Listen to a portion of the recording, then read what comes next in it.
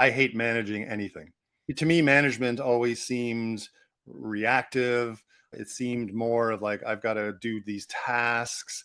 As change practitioners, we tend to get pulled in 4 weeks before delivery, and someone says, hey, can you write some communications and hold some training and all these things that change practitioners aren't supposed to be at their core function. And I thought, this is getting tiring managing change. It just seems reactive, project by project, just try to rush something, help somebody rush something out the door. So more and more I got interested in the fact that if we started thinking about this, when you start thinking about some great idea for some product, process, or service, we could really get ahead of the game. And that's where the notion of change enablement came. Welcome to Change Leadership Conversations, where we dive into what it takes to lead change in today's disruptive and fast-paced world. I'm Yvonne Ruke Akpoveta, the founder of the Change Leadership. We create change leadership workshops, content, courses, and community. My guest today is someone whose career beautifully intersects strategy, storytelling, and transformation at scale. My guest is Blake Bell, Head Global Change Enablement, Manulife. His career spans financial services, consulting, enterprise change, and believe it or not, comic book authorship.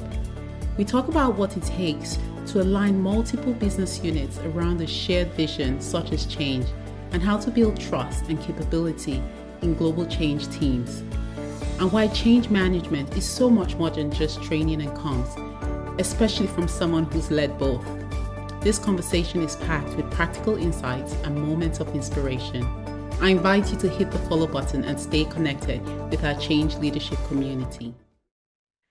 Blake, welcome to Change Leadership Conversations. It's heartwarming, like I said earlier, to have you on here having a conversation with you because we go way back, working together on a couple projects at one of Canada's biggest banks. Welcome, Blake. Oh, thank you. You're right. We go back to our early 20s, 10 years ago when we were working at RBC. So it's great to see you again. And I've really enjoyed the work you're doing with the Change Leadership organization in terms of building the capability and awareness across the globe. Happy to be here. Great to have you on here. Blake, I want to kick off. You have such a diverse and colorful background. Your career spans global organizations, large-scale transformations, communications, and now a global executive lead on change enablement. Can you walk us through what your journey has been like and what has really brought you to this space right now of change management and the passion you have for the work that you're doing? I'm glad my parents got divorced when I was 5 years old. Nobody says that. Nobody starts with saying that. That's a great opening line, isn't it? You can frame that one, put that in the Louvre. No, I think honestly, when I go back throughout my history, coming from a divorced background really put me in tune with what it was like to have to manage and deal with my own emotions and foster my own growth. Because yes, I still had loving parents, but they were separate. They were dealing with some of their own stuff. And I just remember all sorts of various touch points in my early life that developed my interest in people and different types of people and different types of cultures and backgrounds. I was growing up in the late 70s, and all the US sitcoms coming out of the Norman Lear shop that were highlighting Black families in America, still again directed by white people and a lot of white writers and all these things. So it wasn't quite a true representation of what was happening. But again, to a young set of eyes, you're turning on your TV and you're seeing something different than yourself. So when we talk about representation mattering, it doesn't just matter to the communities that aren't represented, right? It can also have an impact on communities that are represented, seeing other types of stories and developing interest in. That's different than what I experience on a day-to-day basis. And I am grateful that I had parents who, whilst they were in a system that of course perpetuated some type of systemic racism, they weren't overtly racist in terms of, no, don't watch that, or don't do that, or don't associate with these people subtly or overtly. Again, I think my interest in people, which is really what change is about. How do we help people get through wherever they are now to wherever they need to go to be Mm, successful. Developing those interests just seemed to, by whatever type of God's grace was out there at the time, just sort of came at me. And then that sparked interest in, again, a writing career. So as I was going through university, I went from Western, then I went to York, where you could take a degree in creative writing under the fine arts umbrella. Again, just unpacking people and experiences and life journeys.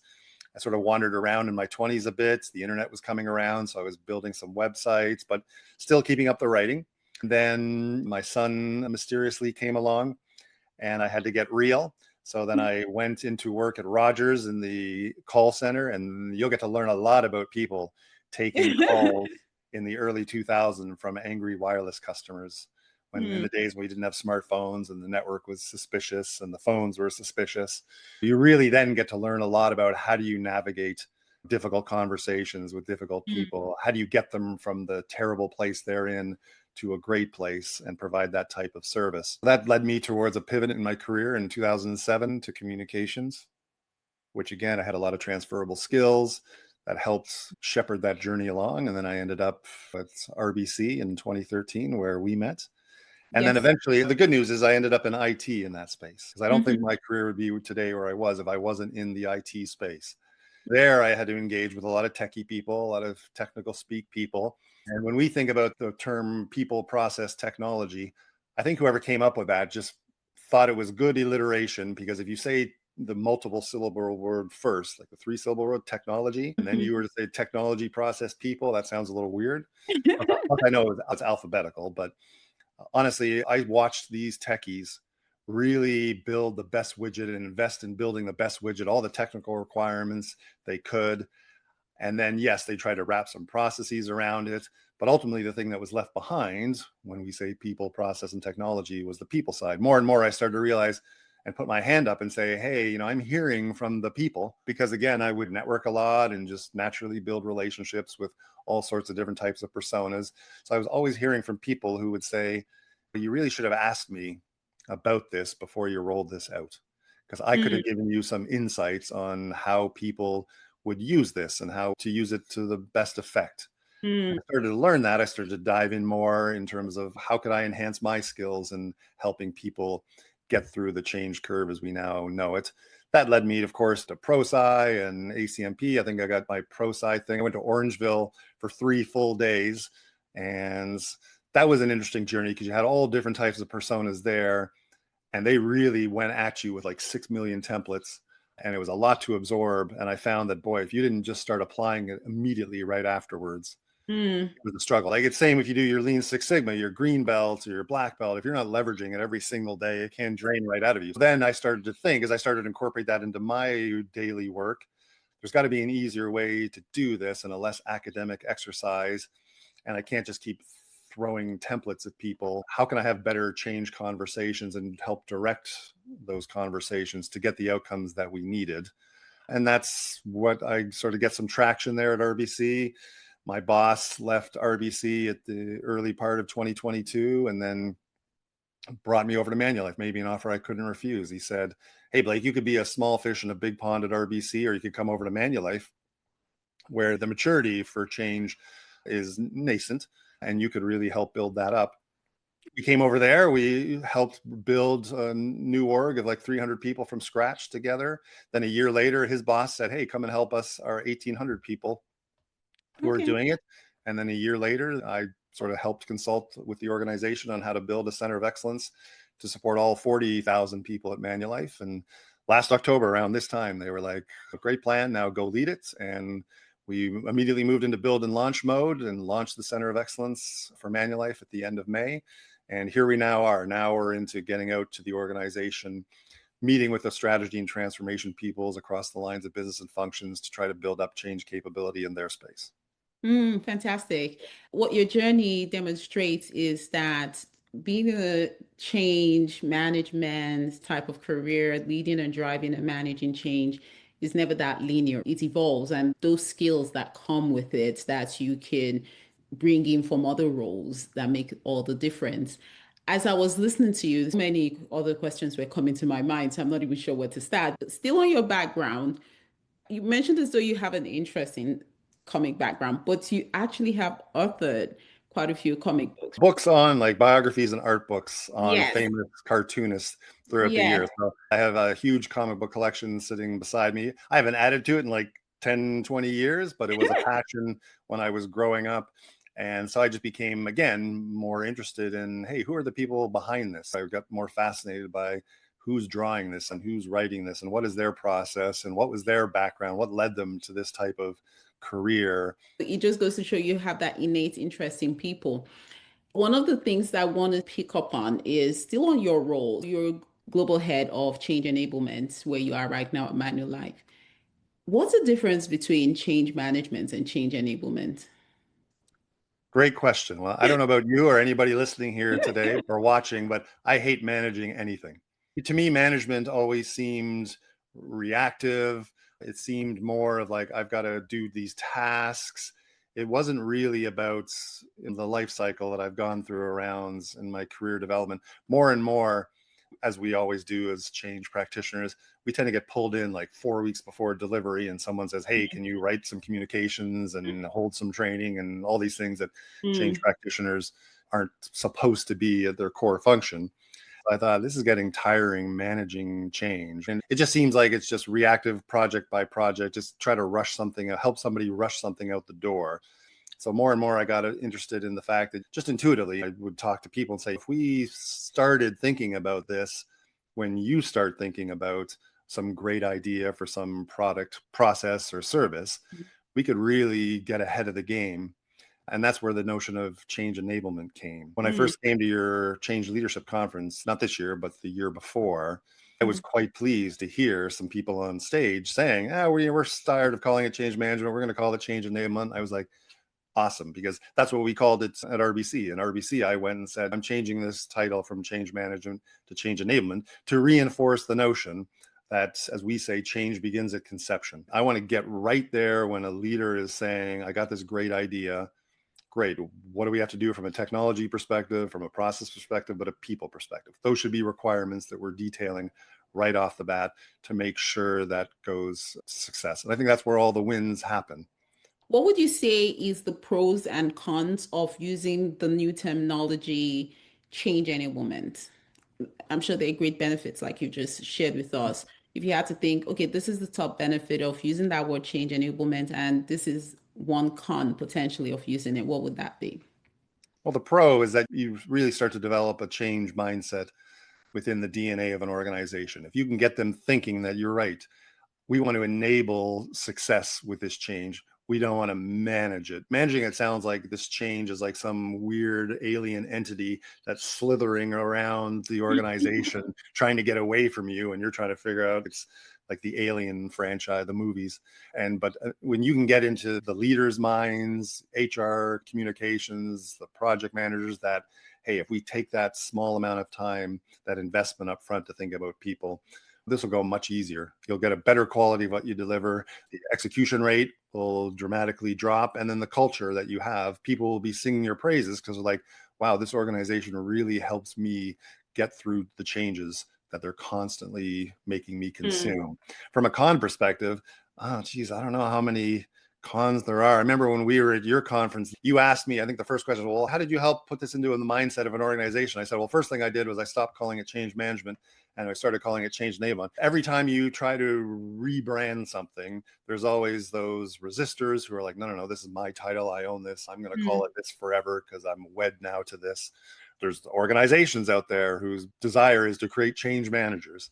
So there's always that moments where you have to really think, okay, I need to explain why we're calling it this. Once they get it, it doesn't take a lot to explain. And once they get it, they're like, yeah, you're right. That's actually what we need.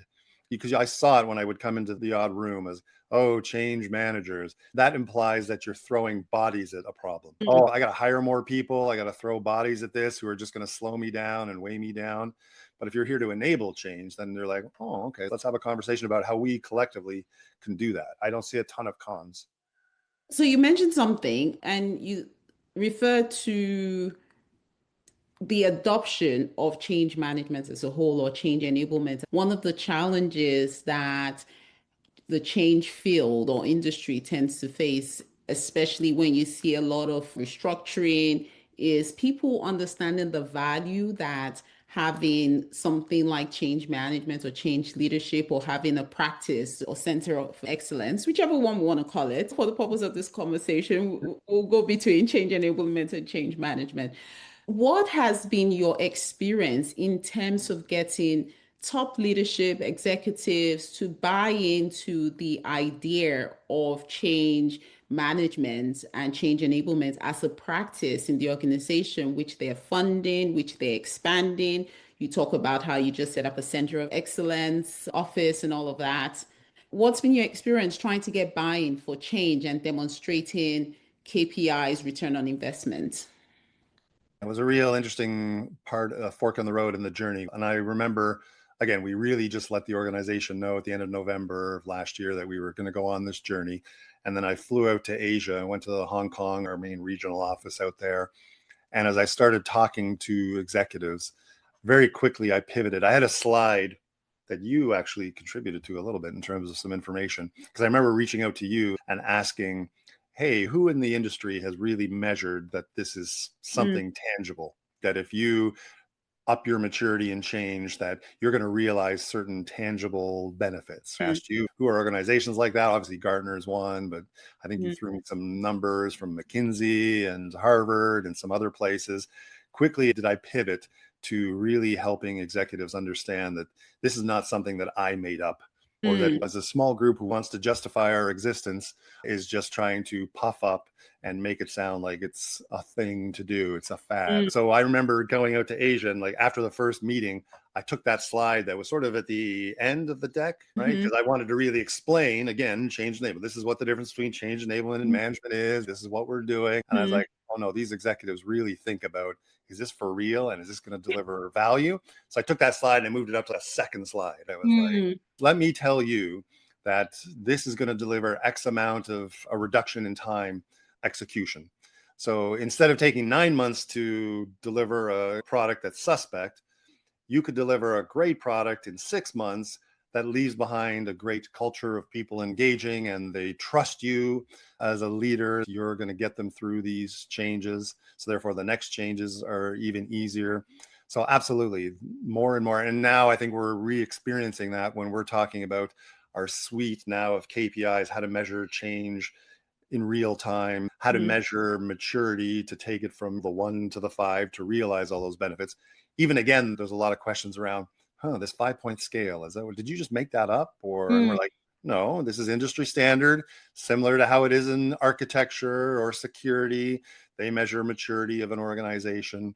So it's really honing in on that showing that this has been proven over time. Change is not just something new, some soft skill. You hear that a lot. Oh, communications change. It's just a soft skill. It doesn't really have, if you can, it's a nice to have. No, we can prove that it delivers true value and not at more added cost. It's not about throwing more bodies at something, but getting the people who are doing it to do it in the best and most effective way possible. I love what you did there, where you spoke their language. The amount of times I've spoken to people and they say, oh, change is the heart. I'm a big believer in the head, heart, and hand model. And the head, heart, and hand model is about knowing your audience that you're speaking to. And the executives are really a head audience, right? They're about the numbers. They're about impact. They're about return on investment because they have a bottom line to meet. So the last thing you want to do is go to an organization or go to your executives and you're talking about the qualitative elements, the hard elements, the nice elements. They want the numbers and the figures and stats in terms of why should we invest in this.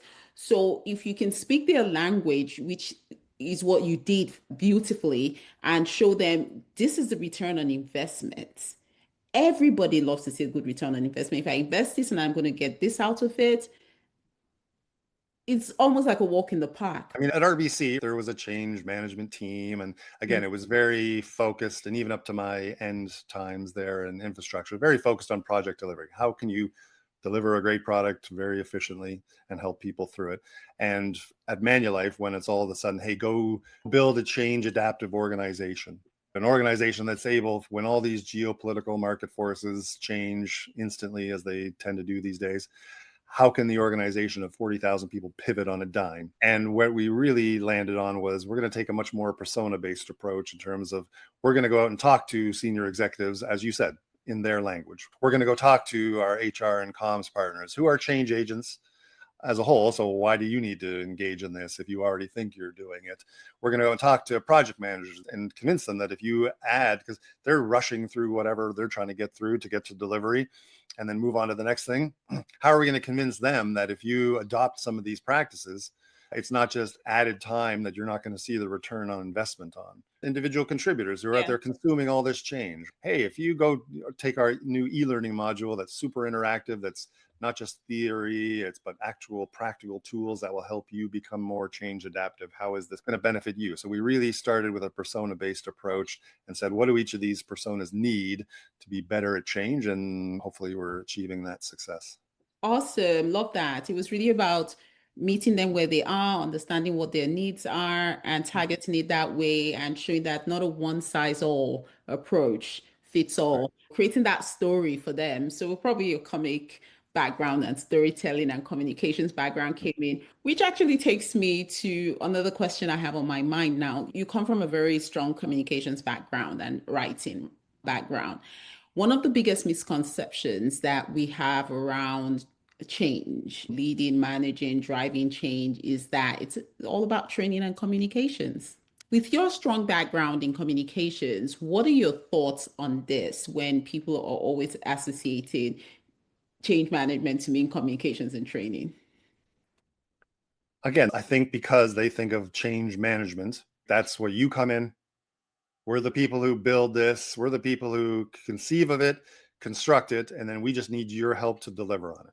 Because they think of management like that. They think of management as just something is dropped on my desk. Now I've got to manage how it gets out the Mm, door.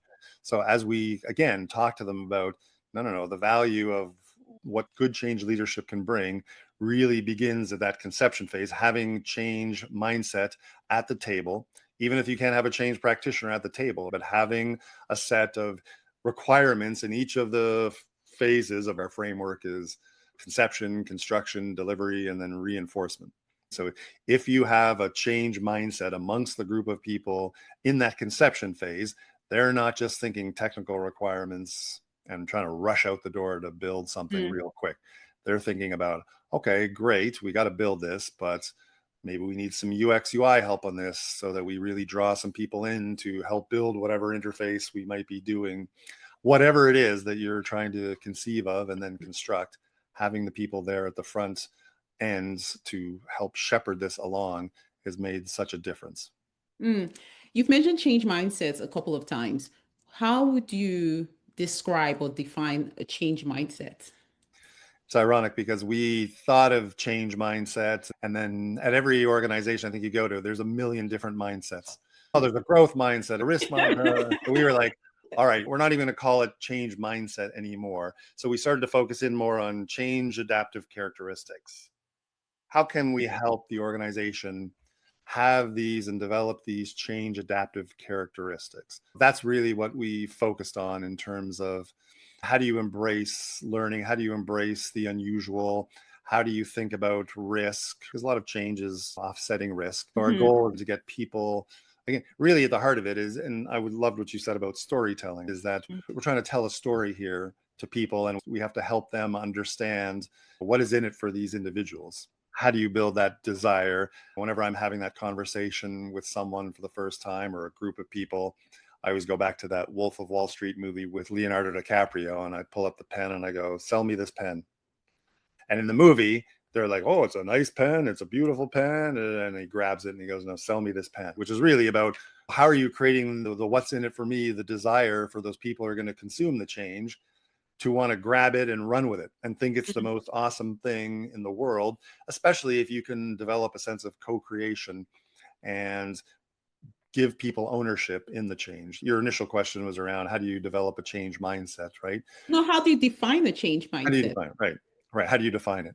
It's really, Yeah. to me, it's about that storytelling piece about the North Star that we're trying to create. What's the vision that we're going to create for this change? We may not know everything. And I've noticed, I think, a lot in the AI space nowadays, that people are afraid to even talk about what the future looks like because they can't define it. But what do we know today about our North Star? We know today that if we do something today, if we practice what we preach, if we as leaders are using ChatGPT or other AI type tools, if we're reporting on metrics of usage in the organization, we're more likely to get people to have that desire built. And then we focused a lot on defining why we're doing this change versus just throwing an email over the fence and saying there's a change coming. And then the power of co-creation, right? Defining a change mindset is understanding that people will be more invested and likely to sustain the change and adopt it afterwards if they felt they were in part creating it, versus a very hierarchical top-down leadership perspective. You'll just do what we tell you to do and then just go. And then we complain why they're not that change adaptive colleagues. Yeah, similar to you and many of our colleagues and experienced folks that we've been seeing in meeting or we know in the change space, and we're evolving from that change management team. I'm still a big believer in what change management is, and it has its place, and change enablement has its place as well. At the change leadership, we're very big on change leadership. That's why it's called the change leadership. I like that. I'm glad you didn't call it the change management group.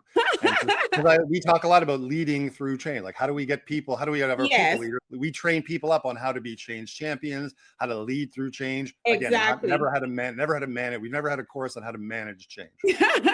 And so, in that vein, because one of the things I started to see as somebody who was a change manager, change practitioner, was that often it wasn't about how much money you had on the project. It wasn't about how much resources. It wasn't about how much time you had on the project. It was really about the mindset of the people who were on the project and, in quote, leading the change or managing the change. Because when people don't see themselves as the leader on it or see themselves as having responsibility of it, they think it's somebody else's responsibility. So for us, it was very important to start to say, in today's disruptive business environment where we're moving more from functional roles to deliver outcomes based roles, whereby you're responsible for this delivery, one of the key mindsets or skills is being able to lead through change, lead change, and be responsible for what it is you're doing. And you can agree that there's so much change going on right now. Knowing what you know about your organization and trying to create that change mindset. How do you do that in your organization? How do you start to get people to see themselves as change leaders or change enablers and not waiting for that change practitioner to come on board, but to see that collective responsibility for change within the organization? How are you building a culture of change leadership, change enablement within your organization? I think it started with the fact that we didn't centralize the change function into a group sitting at the top of the house, like an outsourcing model that, oh, if I'm there in the business and I need some quote unquote change help, I'll just reach out and grab it. And then they'll come in and they'll help me on this project. And then when I need them again, we went out fully explaining that, hey, we are here to help you build up this change capability in the organization. And that didn't give them the ability to think of it as an outsourcing model. Initially, that created a little resistance because people are like, oh no, I just want to outsource the mindset to somebody else who has the mindset. Yeah, I just want someone to come and do it. Right. But again, as we started to talk to them about the return on investment, that what the industry has proven time and time again, that if we come here and teach you to fish, right, you'll be able to teach your organization how to fish. You won't need us anymore, right? You'll be able to get through it. Because if it was the other way around, we'll start charging you because we're a service delivery model, we're a cost center. And oh, you want us to come in and help, just like on project management sometimes. Oh, well, then therefore, we'll send in somebody and it'll cost you X amount of dollars to do this. Wouldn't you rather have a model where the PM you already are paying for just knows how to be their best at leading through change? Yes. Wouldn't you rather have an organization of leaders who already know how to lead their people through change versus having to, again, hire more bodies to take away that ownership and role? So once you, I mean, we're at a part of it is everything is timing, whether it's the timing of technology or the timing of where the industry's at or where the economy is at. We all have a good, strong sense that we're not lavished with a lot of bodies to throw at problems. It's you generally, your budget is flat, and then you have to deliver this much more. And then you have to figure out, how am I going to deliver more with the resources that I have? And that's where change has come into such a great timing perspective in history, because we can sit there and say, and because it's been proven that if you do change right, better quality what you're delivering, you can do it faster, which again frees up those resources that you currently have to do more value added work. The one thing that, especially in operations and technology, they love to hear when I start talking about proven data that says the execution time can drop in terms of what you're delivering to Mm, free up time for to go work on other stuff. They're like, mm. oh my God, that's like me getting in 10% more employees to work. Because their old mindset was, and our head of IT here said to one of our CIOs, if I gave you more bodies, you would just go find more work to do for those bodies. I need you constantly thinking about what can I stop doing? What can I improve? And from a process Yes. perspective, what can I automate? The Right. power of saying no, right? Because sometimes you think you have to say yes to everything. What are those things that I need to say no to in order to do better at something else? What I'm also loving is you just defined there for us building change capability, what it means to build change capability within our organization. And maybe that's where the downfall of training in change management hasn't really done our industry a service because, as you alluded to a little earlier, when you have people being trained on the wrong things, being trained on change management deliverables, or maybe change on how to do an impact assessment, change on how to do a stakeholder assessment, all those things that are more deliverables from change management, people will feel like, I can't do this in addition to my job. I still Mhm. have a job that I need to do. That's another reason at the change leadership, we focus more on competencies, we focus more on skills, we focus more on those capabilities and capacities to say that the change leader is in you. So one of the promises I always make to folks before I start any facilitation or teaching is that you're not going to get anything. Your responsibility isn't going to become expanded. You're going to identify the skills you already have within you to be able to lead and manage change. Because there's always that fear in them that, oh, am I going to now have to do more work because I'm going through this change training? But it's a skill that you can learn. It's about building that capability within you that you start to look at how you manage your project, how you lead your project, how you talk with other employees, how you influence other people. It's within what you do already. It's just that you start to look at it through another lens when you're working to Yeah. speed And up. and I think that was part of our perspective, was the full suite of what you're talking about here was, yes, it isn't just training you on templates and tools. It's really about thinking, just what you said about how to think differently about change as you're Mhm. going through that. Yes, there are some new tools that you can leverage. You could replace this old bunch of junk that you had Yeah. with something new that again will help keep people on the people side of the to Mhm. factor all that in. So yeah, there are, but much more. I think when we looked at our pilot classes that we delivered back in February till now. Now we're much more scenario based. What do you do when? Like if this Mhm. happens, how do you get things back on track? And we were using more real life examples to make it more real versus here's the template and let's just start plugging in some numbers and things Exactly. like that. So Template. yeah. But you still need some. And the other thing I think You the knew other it. thing we emphasize is that it's a menu, not a recipe as well, right? You don't Exactly. there's four, we have like from a scope and scale perspective, we talk about, okay, team department types of change. What do you need there from a change Hmm. mindset, from a conversation, from a skills perspective, and from a tools and templates perspective? Yeah. You don't need the whole laundry list of tools. And then you have a business unit perspective, you have a line of business and segment, and then you have like global, like Yeah. You have enterprise. enterprise, right? And Yeah. different types of things that you would pull on, different types of skills, competencies, and tools and templates that you would draw on during that. But you're right. At the end of the day, I open up every type of upskilling opportunity to say, hey, we're here to help you become better leaders or deliverers on change. And a lot of that will be how you have great change conversations with, Yeah. and that even happened at RBC, like in the change team that we were a part of. There was a particular leader, and another leader came in, and the other leader said, we got to pull all this template and tool stuff below the waterline. That's our back end work We don't start a great change conversation by throwing a template over into an email and saying, hey, we're going to meet next week. Please Mm-mm. fill out this template and then we'll talk about it and I'll make sure you did it. It was much more about, hey, I want to get into a room and I want to understand what your vision for this change is. I want to understand Exactly. your stakeholders, who they are. And then Exactly. below the waterline, I'm typing and I'm plugging it into my Yes. template and it's producing outcomes, right? Okay, great. So you've told me the audience is this, they're like that, they have this hopes, fears, and dreams.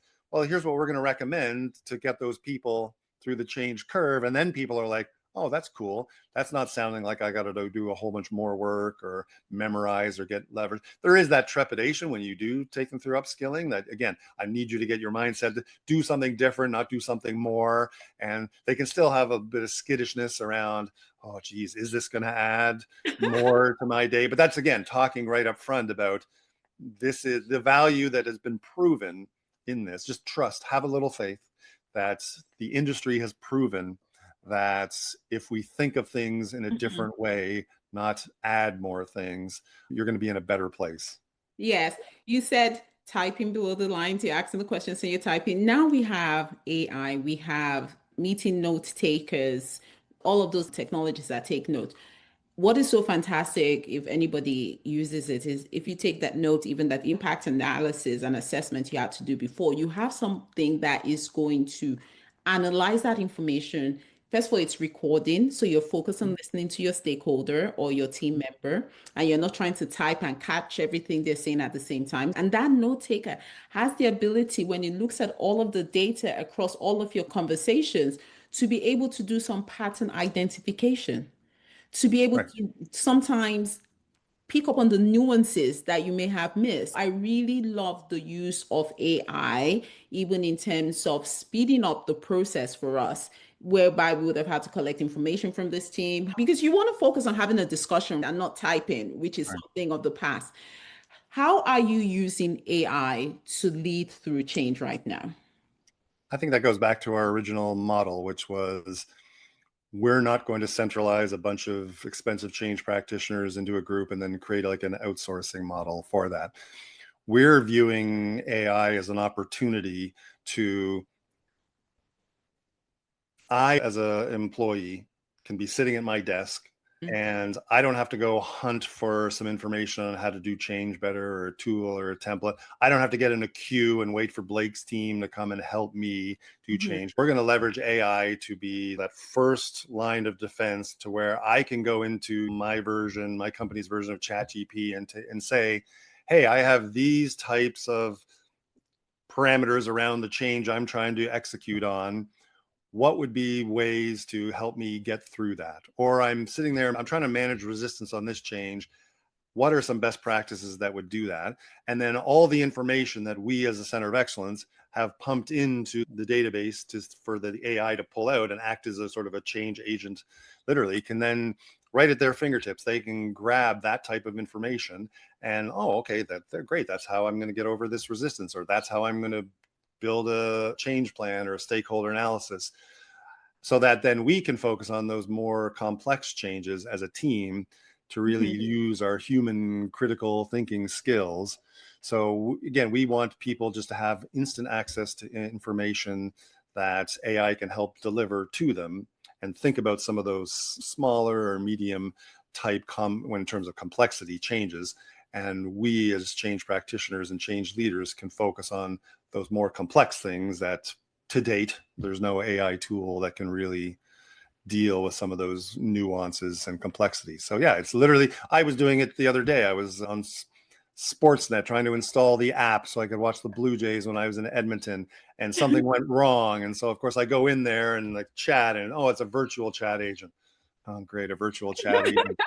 But for simple things like, hey, how do I do this? It just says, oh, you can do this. Okay, good. I don't have to wait on a phone for a half an hour.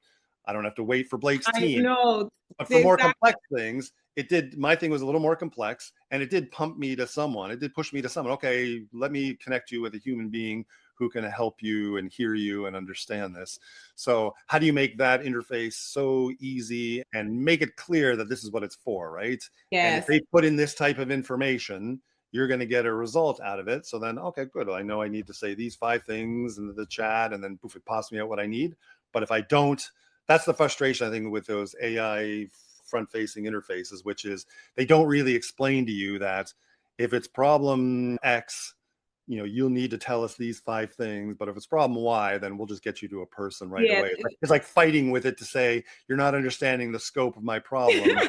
And usually it's all about garbage in, garbage out. The information that you have put in the background, how you've educated it. AI in itself, people still need to understand it's not just that magic tool, it's how you train it with data. And sounds like some of the things that your team are doing is how you're training your own tools to be able to be more specific to folks in your organization to be able to use it. And I'm totally with you. If I go to some chat thing, click on contact us, it comes up with a chat bot. The first thing I do is roll my eyes. Oh my gosh. And some But that better than others. that's old people like you and me, right? If I'm in my 20s now, the notion of waiting on a phone for 30 minutes to speak to somebody is the most horrific thing possible. Whereas you and I automatically default to a human being because that's how we were raised. We grew up in that experience. Even if we had to wait and calling Rogers to get a phone, even if we had to wait for half an hour, at least we spoke to a person. But even then, the person didn't actually have the tools all the time. So you might have to call back in a second time and a third time. Whereas the younger generation is just like, I just want the information now. Give it to me. Oh, you gave it to me. Great. I'm out. Speaking to a person, I was like, why would I bother with that? Well, sometimes instead of speaking to a chatbot on some company websites, I'd Mhm. rather speak to the AI tools on Google or Chat GPT because Sure. it will be more sophisticated than some of these Totally. chat tools. And sometimes I'd rather even do that Google search and Chat GPT search than wait to speak to somebody because I've found Yeah. better answers using those AI tools than I have even speaking to somebody. That's where, as an org, we haven't rolled out what I've talked about because we don't want to roll. This is not an MVP type thing. We need to get the tool to a particular level of maturity, and we'll do scenarios where, okay, I need this, I need that, and if it can't answer us, then we're not going to roll it out because that Exactly. will frustrate. And again, then they don't buy into it. That's Yeah, the change mindset around developing a tool for change. Is no, no, no. We're not going to push out some garbage, lose the trust of the people who are consuming this change so that when we do roll out something finally good, they're like, no, I can't, I don't trust you. You screwed it up the first exactly. time. That's the worst. That's change management, right? Is that, oh, now I got to manage their resistance, manage the Expectations and resistance. fatigue. And then you think they're the ones that have an issue, but in the beginning, you didn't even Right. consult them. Talking about consulting them or your stakeholder, your users. So, would you say that in the process of trying to build something like what you've spoken about, you have been capturing common questions, common engagements, what people are often asking you, that type of information? How are you now applying the lens of change management or change enablement or best practices into now wanting to build your own tool to support people? Yeah, I'll give you a very quick example of where engaging people where they are and figuring out how many people to engage. Because again, you can't keep drawing on the same people, a huge amount of people. We were rolling out an IT career framework last year. And again, I was brought in sort of in the latter stages to do that. And there had been a version of this rolled out like 5 years earlier. And when they brought me in, they were like, oh, we want to roll it out in 4 weeks. Can you just help us roll it out? Uh, And I was like, okay, well, so what do you think? Yeah, exactly. What do you think? Or this was before the Center of Excellence. This is long before that stuff. So I was yes. like, okay, this is like almost 2 years ago now. So I Mhm. was like, okay, well, what do you think are going to be the challenges of rolling this out? What are people going to say when they see this? And they're like, well, we remember what happened last time. We rolled it out to leaders and colleagues at the same time. We changed a lot of the compensation around it and the roles, but also the workday activities. We made them do all of that at the same time as we were rolling it out. So they had 6 million things they had to worry about. And then I was like, okay, if you're so worried about what people are going to think about this because of that past experience, why don't we just pull in a select group of people and just talk to some leaders and say, hey, here's Mhm. the model. What concerns do you have? Not necessarily about changing the model per se, but we were open to that, but more about, again, effectively supporting you as a leader with Mhm. your colleagues so that they find this valuable, because a lot of questions, data on the annual engagement survey was like, oh, my career and development is this organization to help me out as much as they could. So we wanted this to be successful because we wanted that return. I think a lot of people, when people ask me, well, how do you show the ROI of change, is we have data available to us, whether it's employee engagement surveys where yeah, this organization doesn't help me through change, or the learning and development is, they're not really focused on my career. You asked, how do you get executives and leaders to buy into what you're selling? I can just go show them the data and be like, your people are telling you that you're not great at this. You want me to help? You want me to help you get better at this, right? Because So what's in it for me? for a leader, right? Yeah. You mentioned earlier in the call that, yeah, they have a bottom line, like a dollar figure they got to hit or whatever, but they also get scored on how they're engaging, their staff. So there's a huge put. It's only one marker, annual employee engagement survey. It's one marker of what a great leader could look like, because you can do certain things to get great scores that aren't necessarily going to provide great outcomes, but they do pay attention to it. And so if you can go to them and say, hey, you're challenged in this area, specifically around career in this case. Why don't we do something a little different to get a better results this time? So again, in that case, we actually got leadership to delay the release of this IT career framework by 4 weeks, which every time I tell that to somebody, like, what? You convinced the leadership team to, yeah, because I showed them what the people were telling us, which is, don't roll all this stuff out at one time. Don't roll it out staff at my people at the same time. Here's what I need to be supported to help my people through the change. So we did it in phases. We just focused on the awareness campaign of the career framework first. We pushed off all the changes on the workday activity stuff till later. And then at the end of the year, when we did our annual engagement survey, this was in the IT space. The questions across the organization around career were kind of flat, but the results for the IT went up. We were able to say that, look, the change enablement efforts that we put into here got you what you needed. And if you hadn't, you would have rolled this out the same way you rolled it out the last time, just trying to rush it out the door because you thought you had a great product, but you might have hit the same potholes.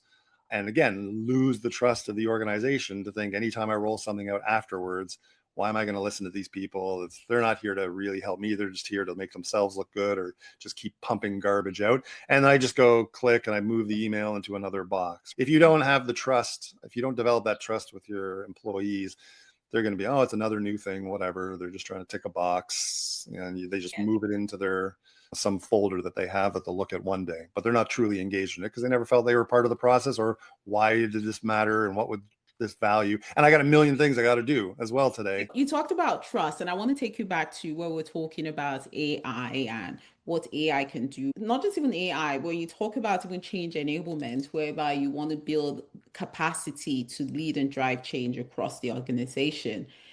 Have you ever gotten that question as in maybe people might feel, oh, you're selling us out of a job? Because now when everybody thinks about AI, the big fear is it's going to replace my job. So when you talk about bringing even AI into helping people lead and drive change, when you talk about change enablement, being able to build the capacity of other people to not always have to call on a change manager to do the role, how does that make people who are change practitioners feel about the security of their job role? We were doing one of our upskilling sessions just, I think it was yesterday, and one of my team members who was facilitating the training came and said, yeah, somebody had a project. We always encourage them to bring their own projects to work on. And, oh, but my project is just, people might be exited, for example. Where's the what's in it for them if they're going to be exited? And a lot of times default to like the worst case scenario versus the other 99% of the time. So why do I have to worry about what's in it for me if my thing is they're going to be exited? Well, for the other 99% of the time, let's make sure you worry about it. But it's a fair question. And I was telling my team member, I said, look, the whole point of this exercise is not the what's in it for them necessarily. It's really understanding what are people going through during that change, even if the change means that they might be exited, if that's the case. What can we really make sure we're doing as an organization so that if people are coming into the organization, they're feeling supported, and then if they're leaving the organization, they're telling their friends, I was really disappointed that I had to leave this organization, but boy, they treated me with respect, dignity, It right? makes They all the really, difference. it can, because then that's your brand for your organization. So again, from a value from why a change mindset is so important, culturally, it creates a place where, again, no matter where you are in the life cycle as an employee, coming in, during, or perhaps going, we're focused on that. The other thing around AI, and when we just general, we talk about that, is I think we're also at this important point. where we're deciding what is the narrative going to be for the organization. Do you just hide and it's just changed by 1,000 cuts, and then you get that standard message from communications that says, hey, there's been some changes and some of our colleagues are no longer with the organization, but we're going to support them and we'll support you as we go through this change and whatever. We all hear that. You could literally cookie cut that and put that out there. So how are we going to grab this narrative around AI and control the narrative to where we focus more on, how are we going to upskill and reskill this organization for the future? How are we going to upskill? And there's the cliche, I think, out there now, which is you're not going to lose your job to AI. You're going to lose your job to someone who knows how to leverage AI. That's one element, though, which I totally agree. It's a cliche, but it's an element. But people will still be replaced. But people Absolutely. need to reskill. People still need to Sure. upskill. It's much bigger than just What can you do? What can we do as an organization to help position you the best to be that type of person who is looked at as a value added critical thinker who can help guide whatever we're doing with the tools that we're doing? There's always been technology that's come around to disrupt things. The internet came around, people were working off paper before. Now the internet comes along, and all of a sudden, I, as someone who was moving papers from here to here, now it's electronicized. I don't have to do that anymore. What happens to me, right? How can we as an organization commit to the skills of the future and say, look, being fully transparent, we don't know where this is all going to end up perfectly. We can't guarantee everybody's going to have a job every time there's a technology shift, but we are committed to identifying what the skills for the future are and saying, look, here's what they are. How does this fit well with who you are and what you are? And here's some things you can do in the interim. Some people get frozen by the fact that, oh, I can't even understand the North Star of what AI is going to do and bring. We don't know what it's going to look like in 2 years, much less 5 years. But today, even as a leader, I can be looking at my performance reviews that I can leverage AI to help me with that. I can do some things as a leader that will create efficiencies in the way I operate. I had this yesterday. I was writing a LinkedIn post around annual engagement survey scores. And I found out that verbosely that LinkedIn only has 3,000 characters and then it shuts you down. And I was halfway through what I was writing.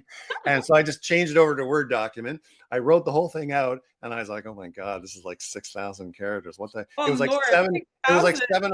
It was like characters, not words. It was 750 words. But LinkedIn, if you were to max out the characters, probably only gives you like 350 words. So I went into ChatGPT and I said, hey, keep the essence of these points, but condense it down. I said, cut it by half. All of a sudden it cut it by 80%. And I was like, am I that verbose? So I said, okay, you've taken away a little too much context, add in a little more. And it took it up to like 300 words, 1,800 characters. And I was like, all right, now I would have, as a writer with my we always say half of writing is rewriting. I tend to think, I spend some time thinking about, okay, what are the big ideas? I got to make sure I understand what's the end in mind and what are my big ideas that are going to get me there. And then I start writing. But then ultimately, I challenge myself, I challenge my team, cut your words in half. Just now go in and just start cutting out all the speaky stuff, all the stuff you thought you needed to explain, boil it down to the essence. Now, that would have taken me however much time it would have taken me to edit that down. I put it into the tool. It pumped it out in seconds. I added some stuff back in that I thought it deliberately, and maybe I could have asked better questions. I could have asked better stuff for it to get me to the better place quicker. But that's me leading and showing my team that, hey, you can leverage this too. You could build a change plan. You could build a PowerPoint presentation in much more efficient time. Therefore, when it comes to the organization saying, who are we going to continue to invest in from a skill perspective, because we think regardless of whether their role is going to change because of AI, we can take them from here to here. These are the people we want to take from here to here because we need them to think about the next tool, the next wave, and they're already shown that they're critical thinkers. Like, so yeah, you don't want to lie to people and say, oh, don't worry, if you get reskilled, upskilled, you're guaranteed to have a job. It is the question on the table. How do you wrap your head around this narrative for the people in an organization like the size of a Manulife? So I want to wrap it up and we could go on forever. But two things I want to bring your way and I would love to get your thoughts on. One word, which I'm challenging you on. With all that is going on right now, we look at the world, we're no doubt experiencing unprecedented changes, disruption, uncertainty. On a personal level now, so I'm talking about you on a personal level, how are you feeling about the current state of the world right now? from a world perspective, especially in North America, I'm deeply concerned about the direction that we're headed back towards versus where we're going. My one word is always that I told some other early talent people that I met with last week when they said, "Hey, what has helped you get in your career? What are characteristics or values that you hang on to?" The one word is curiosity. Mm. I've never, even in my more advanced age, I've never lost and that goes back to what we talked about at the very beginning of this conversation. When I was sitting alone in a room because I didn't have two parents who were planning things out and I was watching TV, why was I more curious about different cultures and how they operated versus just the bland stuff that I would always see that would give me comfort in my space? Still being super curious is about, okay, this new tool is coming, how can we leverage it? When I got the internet, I was like, okay, I could get swamped by this. I could use it for just garbage or fluff. But I was like, I want to build a website on one of my favorite comic book creators because no one's ever done it. And I would have loved to have that information. And I know people out there would like it. And I would build community and I'd get to hear from more people about that and learn. I would learn more about this creator that I know a lot about already. So same thing, every new innovation tool comes along. Curiosity, I'm always interested to see what it can bring. And I love that curiosity. And one final word from you when we think about our discussion today and conversation, complete this sentence. The future of change leadership is.